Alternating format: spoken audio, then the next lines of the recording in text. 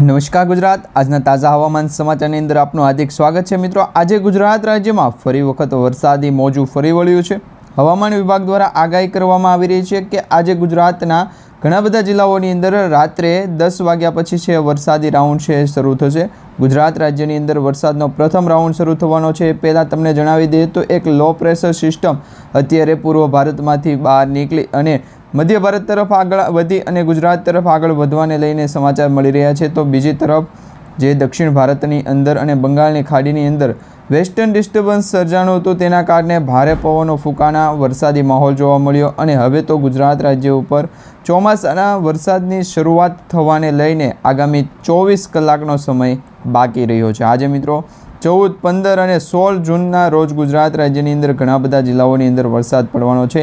તેને લઈને હવામાન વિભાગ દ્વારા એક મોટી આગાહી છે જાહેર કરવામાં આવી છે। આ સાથે અંબાલાલ પટેલે પણ માહિતી આપી છે કે ગુજરાતના જાણીતા હવામાન વિભાગ દ્વારા જે વિભાગો દ્વારા જે છે એ આગાહીઓ કરવામાં આવતી હોય, પરંતુ અંબાલાલ પટેલની આગાહી એટલે 100%ની આગાહી। અને અંબાલાલ પટેલે કહ્યું છે કે માત્ર ગુજરાત રાજ્યની અંદર વરસાદ જ નહીં, પરંતુ વરસાદ સાથે વાવાઝોડાની પણ આગાહી મળી છે।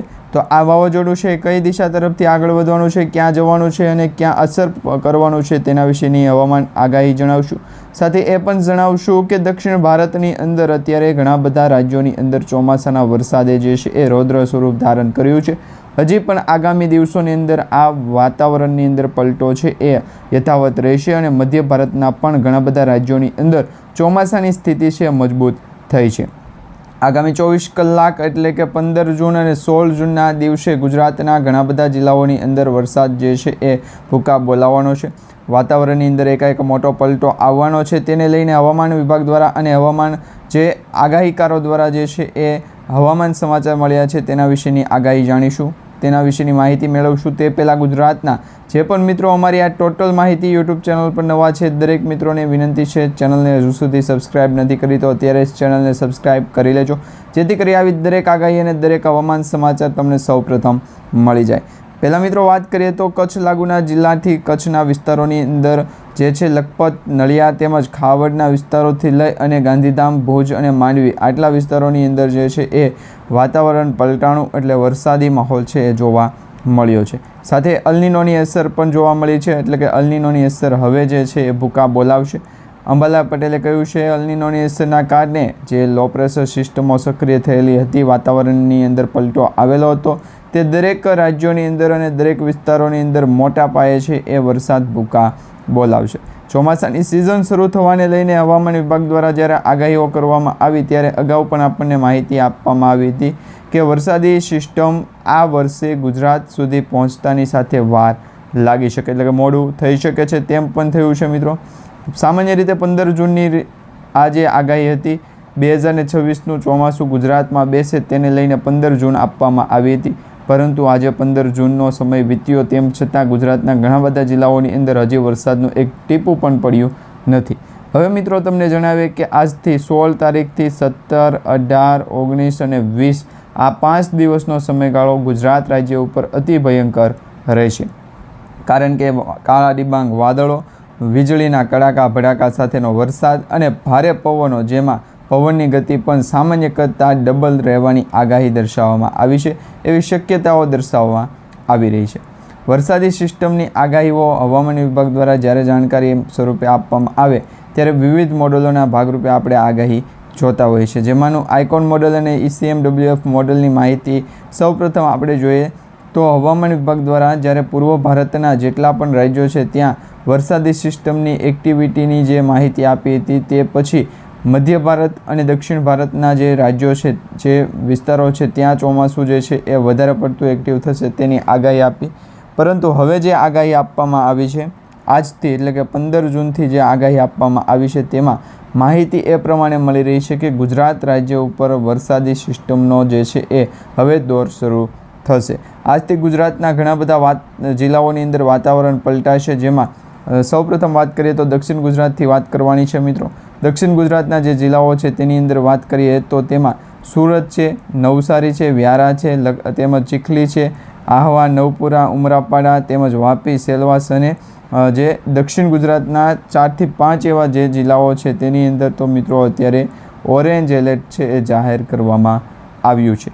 આ સાથે હવે મધ્ય પૂર્વ ગુજરાતની વાત કરવામાં આવે તો મધ્ય પૂર્વ ગુજરાતના પણ 3 થી 4 એવા જિલ્લાઓ છે કે તેની અંદર વરસાદી સિસ્ટમ છે વધારે એક્ટિવ બની છે અને તેમાં પણ જે અમદાવાદ, લુણાવાડા તેમજ ઉદયપુરના વિસ્તારો, પાલનપુર, મહેસાણા અને વડોદરા સુધીના વિસ્તારોની અંદર વધારે પડતો વરસાદ છે એ આ સિઝનનો જોવા મળશે. પરંતુ અલ નીનોની અસરના કારણે જે વાતાવરણની અંદર એકાએક મોટો પલટો આવ્યો છે તેમાં પણ મૃગશીર્ષ નક્ષત્ર અત્યારે ચાલી રહ્યું છે અને આ નક્ષત્ર હવે 7 થી 8 દિવસના સમય પછી છે બદલાશે. એટલે કે આ નક્ષત્ર પૂર્ણ થાય અને ગુજરાતમાં વાવણી લાયક વરસાદ પડે તેની ખેડૂતો રાહ જોઈને બેઠા છે. સામાન્ય રીતે દર વર્ષે મૃગશીર્ષ નક્ષત્રની અંદર જ ખેડૂતોને વાવણી છે એ થતી હોય છે, પરંતુ આ વર્ષે જે અપર મહિનો અને વાતાવરણની અંદર ભેજનું સુકાવું, આ 2 મહત્ત્વના પોઈન્ટ કે જેને કારણે ગુજરાત સુધી ચોમાસું છે એ પહોંચવાનો સમયગાળો વધી ગયો. અત્યારે તમે જોઈ શકો છો પૂર્વ ભારત અને ઉત્તર ભારતમાંથી વાદળોના ઝુંડ, વાદળોના ઘેરાવા જે છે એ સિસ્ટમો વરસાદ લઈને ગુજરાત તરફ આગળ વધી રહ્યા છે. એટલે ગુજરાત રાજ્યના હવે પછી જે છે એ વરસાદની શરૂઆત થશે તો એ ઉત્તર ગુજરાતના જિલ્લાઓમાંથી થશે, જેમાં બનાસકાંઠા, સાબરકાંઠા, પાલનપુર, મહેસાણા તેમજ અરવલ્લીના વિસ્તારો, મહીસાગરના વિસ્તારોની અંદર ચોમાસું જે છે એ આ વખતનું એક્ટિવ થશે. પરંતુ તે પહેલાં અત્યારે તમે અહીંયા જોઈ શકો છો દક્ષિણ ગુજરાત અને સૌરાષ્ટ્રના 2 થી 3 એવા જિલ્લાઓ છે દરિયાકાંઠાના કે ત્યાં અત્યારે રેડ એલર્ટ છે દર્શાવવામાં આવી રહ્યું છે. એટલે કે વરસાદ જે છે 1 ઇંચ કરતાં પણ વધારે પડે તેની સૌથી મોટી આગાહી અને માહિતી મળી રહી છે. અંબાલાલ પટેલે તો અગાઉ પણ કહ્યું હતું કે ગુજરાત ઉપર ભયંકર પૂરની પરિસ્થિતિ સર્જાઈ શકે છે. વાતાવરણની અંદર કાયાપલટ થઈ છે, તેના કારણે હવામાન વિભાગ દ્વારા પણ આ અંગે હવે છે એ સ્પષ્ટ ચિંતા વ્યક્ત કરવામાં આવી છે, જે તમને જણાવવાની છે. દરેક અપડેટ અને દરેક માહિતી જણાવું એ પહેલાં જો તમે આ યુટ્યુબ ચેનલ પર નવા છો અને ચેનલને સબસ્ક્રાઈબ કરી લીધી છે તો આજનો આ વિડીયો શેર કરવાનું ના ભૂલતા. નીચે કમેન્ટ બોક્સમાં તમારા જિલ્લા, ગામ કે પછી તમે જે પણ શહેરની અંદર રહો છો તેનું નામ લખવાનું ના ભૂલતા, જેથી કરી હવે પછીનો વિડીયો જ્યારે પણ મળે તે પહેલાં ગુજરાતના ઘણા બધા મિત્રો સુધી જે છે એ સાચી હવામાનની આગાહી પહોંચી જાય. આ સાથે મિત્રો ગુજરાત રાજ્યમાં અલ નીનોની અસર છે એ શરૂ થઈ ગઈ છે અને અનેક જિલ્લાઓની અંદર ભારે વરસાદ છે એ પડવાનું શરૂ થઈ ગયું છે અને પવન પણ ફૂંકાવાનું શરૂ થઈ ગયું છે. ગુજરાતમાં ચોમાસા પર અલ નીનોની અસર જોવા મળી રહી છે. હવામાન વિભાગે અનુમાન લગાવ્યું હતું એ મુજબ ચોમાસું સામાન્યથી મધ્યમ રહેવાની શક્યતા વધી છે. આગામી દિવસોમાં રાજ્યના વિવિધ જિલ્લાઓમાં વરસાદી માહોલ જળવાઈ રહે અને આ આગાહી કરવામાં આવી કે જેમાં બનાસકાંઠા, સાબરકાંઠા, દાહોદના જિલ્લાઓની અંદર વરસાદ પડવાની શક્યતા ખૂબ જ વધારે છે. કારણ કે મિત્રો આજે ઉત્તર ગુજરાતનો જે ભાગ છે ત્યાં અલ નીનોની અસર ઉત્તર પૂર્વ ભારત તરફથી આગળ આવી અને મધ્યપ્રદેશ, ઉત્તર પ્રદેશ અને દિલ્હી જેવા રાજ્યોની અંદર ટકરાઈ અને હવે પછી ગુજરાત નજીક પહોંચે તો ગુજરાત રાજ્યના જે લોકો છે એમના દ્વારા જે છે ભય વ્યક્ત કરવામાં આવ્યો છે વરસાદી સિસ્ટમની એક્ટિવિટીના કારણે. કારણ કે આ વરસાદી સિસ્ટમ હવે મોજા જે છે દરિયાની અંદર ઉછળશે તો એ પણ મિત્રો 8 ફૂટ ઊંચા જે છે એ મોજા દરિયાની અંદર ઉછળવાના છે. તેને લઈને પણ આગાહીકારો દ્વારા ટકોર કરવામાં આવી કે હવે સાબરકાંઠા, દાહોદના જિલ્લાઓમાં વરસાદ પડી શકે. ઉપરાંત મહીસાગર, નર્મદા અને સુરત જિલ્લાની અંદર પણ વરસાદી ઝાપટા પડવાની શક્યતા દર્શાવવામાં આવી છે. તો અત્યારે મિત્રો છોટા ઉદેપુર, ડાંગ, તાપી જિલ્લાની અંદર હળવોથી મધ્યમ વરસાદ પડે તેની આગાહી અંબાલાલ પટેલે વ્યક્ત કરી દીધી છે. સાથે હવામાન વિભાગના જણાવ્યા અનુસાર પણ નવસારી, વલસાડ, અમરેલી જિલ્લાની અંદર પણ ભારે વરસાદની માહોલ છે જોવાની શક્યતા રહેલી, સંભાવના રહેલી. સાથે દાદરાનગર હવેલી તેમજ કચ્છના કેટલાય વિસ્તારોની અંદર વરસાદ છે નોંધાશે અને વાતાવરણની અંદર એકાએક મોટો પલટો આવશે. રાજ્યના વિવિધ વિસ્તારોની અંદર વરસાદી પ્રવૃત્તિઓ વધતા ખેડૂતો સહિત સામાન્ય લોકોને ગરમીમાંથી જે છે રાહત મળી રહી છે. જો કે લોકોને હવામાન વિભાગની આગાહીને ધ્યાનમાં રાખીને જરૂરી સાવચેતી રાખવાની પણ સલાહ આપવામાં આવી રહી છે. જો વરસાદી સિસ્ટમ એક્ટિવ ન થઈ હોત, વાતાવરણની અંદર પલટો ન આવ્યો હોત તો ગુજરાત રાજ્ય ઉપર આવનારા 2 થી 3 દિવસ માટે લોકેશન શું છે એના વિશેની પણ અપડેટ ના હોત. તો આ દરેક આગાહી અને દરેક અપડેટ જે છે એ લોકોની જે માન્યતા છે એના ઉપર આધાર નથી રાખતું. હવે મિત્રો આ જે સિસ્ટમો બની છે અલ નીનોની અસર જે છે એના કારણે વરસાદી માહોલ છે એની અંદર ફેરફાર થયો છે. એ વચ્ચે હવે ગુજરાત રાજ્યના જે લોકો છે એમના દ્વારા શું કહેવામાં આવ્યું છે જાણો. તો હવામાન વિભાગે લોકોને બિનજરૂરી મુસાફરી ટાળવા, ખુલ્લા મેદાનો અને વૃક્ષોની નીચે ઊભા ન રહેવા તેમજ ગાજવીજ સાથેના દરમિયાન સુરક્ષિત સ્થળોએ રહેવાની અપીલ કરી. આગામી 24 કલાક દરમિયાન હવામાનની જે સ્થિતિ છે એના ઉપર સતત નજર રાખવા પણ સૂચના આપવામાં આવી છે. તો એવામાં હવામાન વિભાગ દ્વારા જો આ માહિતી આપવામાં આવી હોય તો હવે પછી ભારે પવન અને ગાજવીજ સાથેના કારણે વીજળીના કડાકા બડાકા સાથે વૃક્ષો ધરાશયી થવાની, વીજ પુરવઠા પર અસર થવાની તેમજ વીજળી પડવાની પણ ઘટનાઓ બનવાની શક્યતા વ્યક્ત કરવામાં આવી છે. જેવું આજથી લગભગ 5 થી 6 વર્ષ પહેલાં તાઉતે વાવાઝોડું, ત્યાર પછી બિપોરજોય વાવાઝોડું. તો આવા વાવાઝોડા તો હજી ગુજરાત રાજ્યની અંદર ઘણા બધા આવવાના બાકી છે. આ તો એ પહેલાં વરસાદી સિસ્ટમની એક્ટિવિટી કે જેને કારણે હવામાન વિભાગ દ્વારા જે છે એ માહિતી આપવામાં આવે તો સાચી જ દરેક આગાહી અને દરેક માહિતી જે છે એ જમા કરી લેવી, જેથી કરી વરસાદી સિસ્ટમની એક્ટિવિટી જે છે એ હેરાન કરી શકે નહીં. હવે મિત્રો તમે અહીંયા જોઈ શકો છો ખેડૂતો અને માછીમાર ભાઈઓ માટે પણ ખાસ કરીને એલર્ટ જાહેર કરવામાં આવ્યું છે. હવામાન વિભાગે ખેડૂતો અને માછીમાર ભાઈઓને ખાસ સાવચેત રહેવા સૂચના આપી કેટલાક વિસ્તારોની અંદર કરા પડવાની પણ સંભાવના આપવામાં આવી છે. ઊભા પાકને નુકસાન થવાની શક્યતા સાથે જ દરિયાકાંઠાના વિસ્તારોની અંદર માછીમાર ભાઈઓને દરિયો ન ખેડવા માટેની સૂચના પણ આપવામાં આવી છે.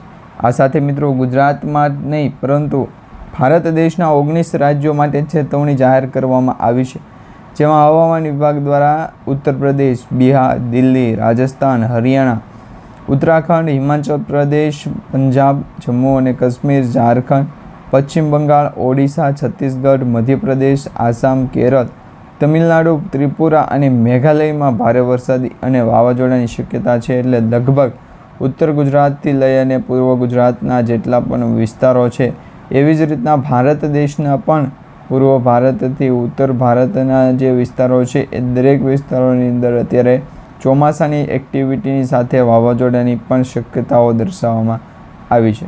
ખરેખર મિત્રો વાવાઝોડાની આગાહી છે કે નહીં એના વિશેની અમારે થોડીક વધારે ડીપમાં માહિતી જોઈ છે કે વરસાદી એક્ટિવિટી છે કઈ રીતના છે. જો હવામાન વિભાગ દ્વારા આ અંગેનું ચેતવણી અને સેટઅપ કરવામાં આવેલું હોય તો એના વિશેની માહિતી છે એ પ્રોપર આપણે બહાર કાઢવી પડે, કારણ કે જો આ પ્રકારે લાયસન્સ અને ગુજરાતના કોઈ પણ એવા હવામાન વિભાગ દ્વારા જે છે એ માહિતી આપવામાં આવે તેની ખાસ સૂચનાનું પાલન ન થતું હોય તો પણ વરસાદી માહોલ છે અટકી શકે છે. તો આ વરસાદી એક્ટિવિટીના કારણે વાતાવરણની અંદર મોટો ફેરફાર, પલટો આવવાની આગાહી ખૂબ જ વધારે છે.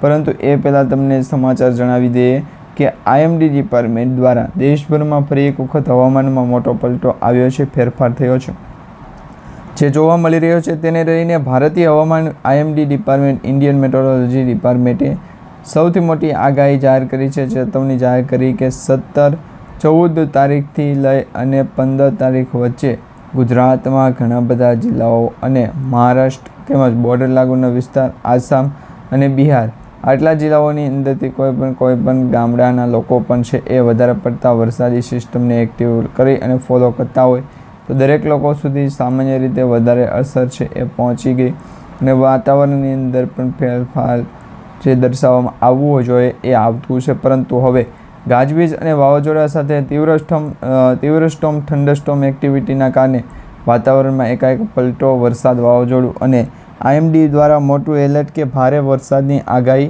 વાવાઝોડાની શક્યતા, શરૂઆત, સાવચેતી રાખો અને સુરક્ષિત રહો તે માટેની અપીલો પણ કરવામાં આવી રહી છે. પરંતુ હજી ગુજરાત રાજ્ય ઉપર તેની મોટી અસર છે જોવા નથી મળી.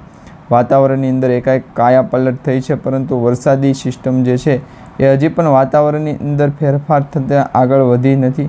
ગુજરાત રાજ્ય ઉપર તેની છેલ્લા 24 કલાક પછીની પણ મોટી આગાહી છે તે તમને જણાવું તો અત્યારે પરેશભાઈ ગોસ્વામી અને અંબાલાલ પટેલ દ્વારા જે આગાહીઓ વ્યક્ત કરવામાં આવી રહી છે એમાં અશોકભાઈ પટેલ દ્વારા જે માહિતી આપવામાં આવી, નબળા ચોમાસાના સમાચારો વચ્ચે રાહતના સમાચાર એ આપવામાં આવ્યા છે કે અશોકભાઈ પટેલનું કહેવું છે ઠંડક આપતું હવે મંતવ્ય, જેમાં અશોકભાઈ પટેલની હવામાનને લગતી આગાહી, અલ્નીનોની અસર, સ્થિતિ, આંતરરાષ્ટ્રીય એજન્સીઓએ પોતાના નક્કી કરેલા નિયમો, માપદંડો બાજુ પર રાખી અને અલ્નીનોની અસર જાહેર કરી દીધી હોય એવા વાસ્તવિક કોઈ પણ પ્રકારના વ્યાખ્યા મુજબ હજુ અલ્નીનોની શરૂઆત થઈ જ નથી.